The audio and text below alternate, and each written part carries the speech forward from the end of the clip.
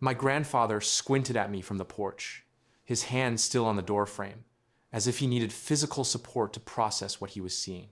"Eli, why did you come walking?" he asked slowly, almost gently. "Where's the Jeep we bought you for your graduation?" He said it like a man asking a question he already fears the answer to. Before I opened my mouth, my mother's voice sliced through the hallway behind him. "Oh, Dad, don't fuss," she said cheerfully. "The Jeep is with Lily now. She needs it more." Grandpa blinked once, then twice. Then he stepped aside, letting me in without saying another word. And that silence was the moment I realized something inside him had snapped just a little. My name is Eli Carter.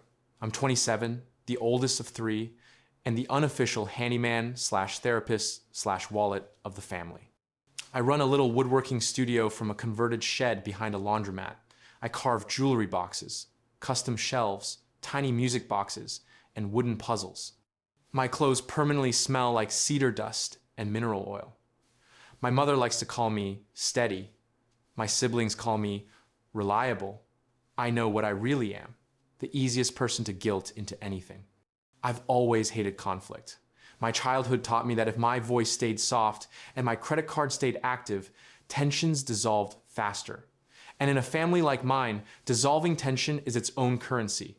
That day, I arrived at my grandparents' house, carrying a crate of handmade gifts for the winter fair, and wearing holes into my shoes from a long walk in December wind. Because the Jeep, my Jeep, hadn't been mine for months.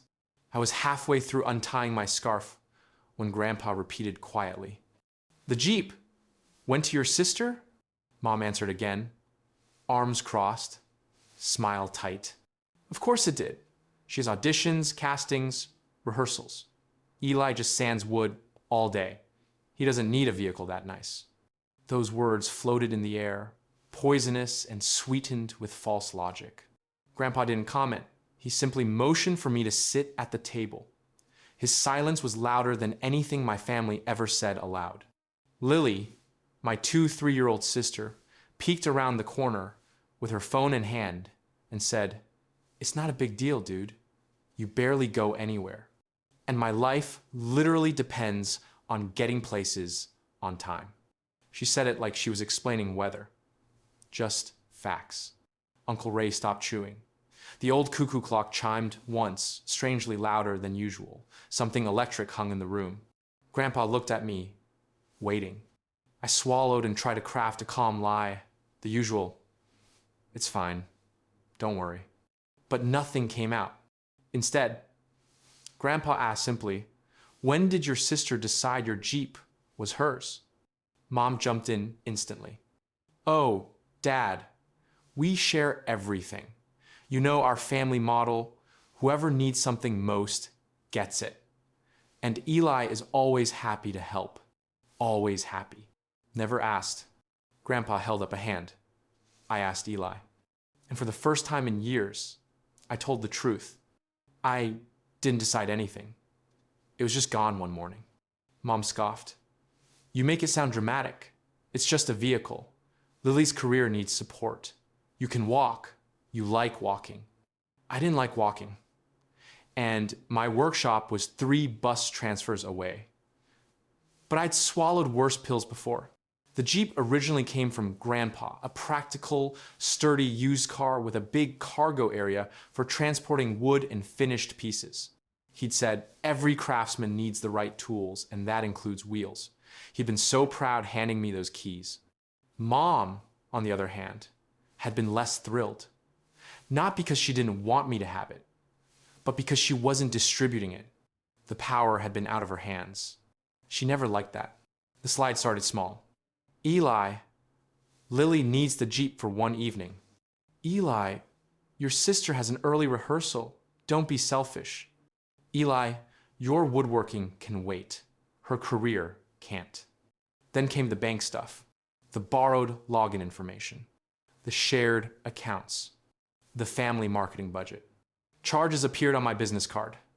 $55 here, $120 there. Boost packages, acting platform fees, content outreach, all for Lily's brand. Every time I asked, Mom said the same thing. You're investing in the family. Don't nickel and dime your own blood. Meanwhile, I took crowded buses with boxes of carved wood balanced on my knees, praying it wouldn't rain. I told myself I was overreacting, that this was what family was, that helping was love, until my bank overdrafted, until my workshop rent bounced, until I slept on the cold floor surrounded by tools because I couldn't afford the bus home. 2 days later, Grandpa's question cracked something open. He didn't yell, didn't preach, didn't pick sides. He simply asked me more questions. How much had I paid for the family this year? Which charges weren't mine? How often had the Jeep been taken without permission? My answers made my own throat burn. Grandpa exhaled slowly and said, "Son, they're using your kindness as currency. That isn't love, that's dependence." That night, with shaking hands, I changed every password. I froze the shared accounts. I bought a new payment reader, and then I sent a single calm message to our family group chat. Here is a complete financial record of all unauthorized charges and contributions I've made. $9,314.57. I will no longer cover family bills. I will not participate in forced profit sharing.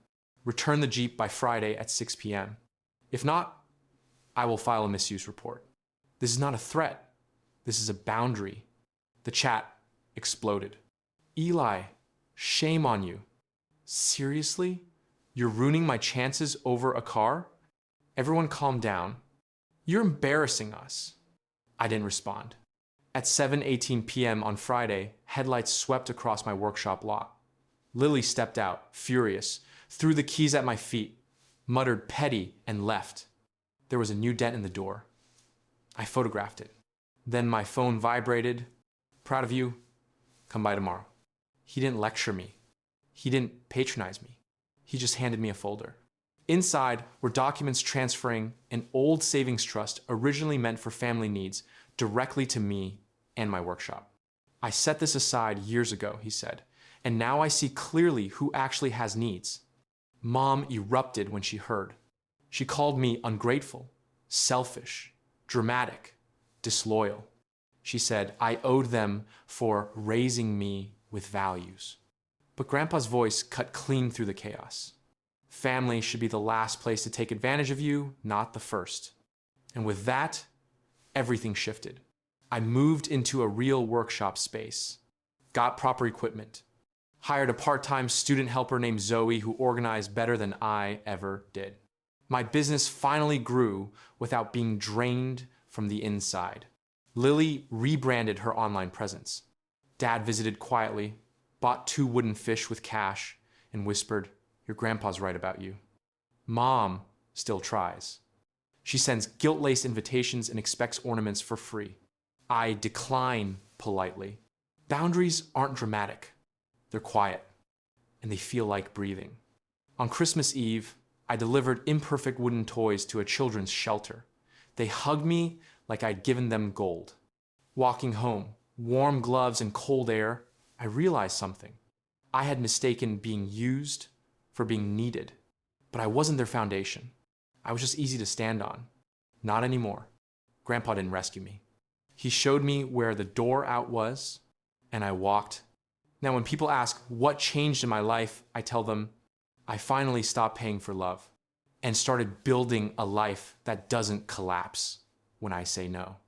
If someone calls that selfish, fine. I know exactly what my yes used to cost, and I'll never pay that price again.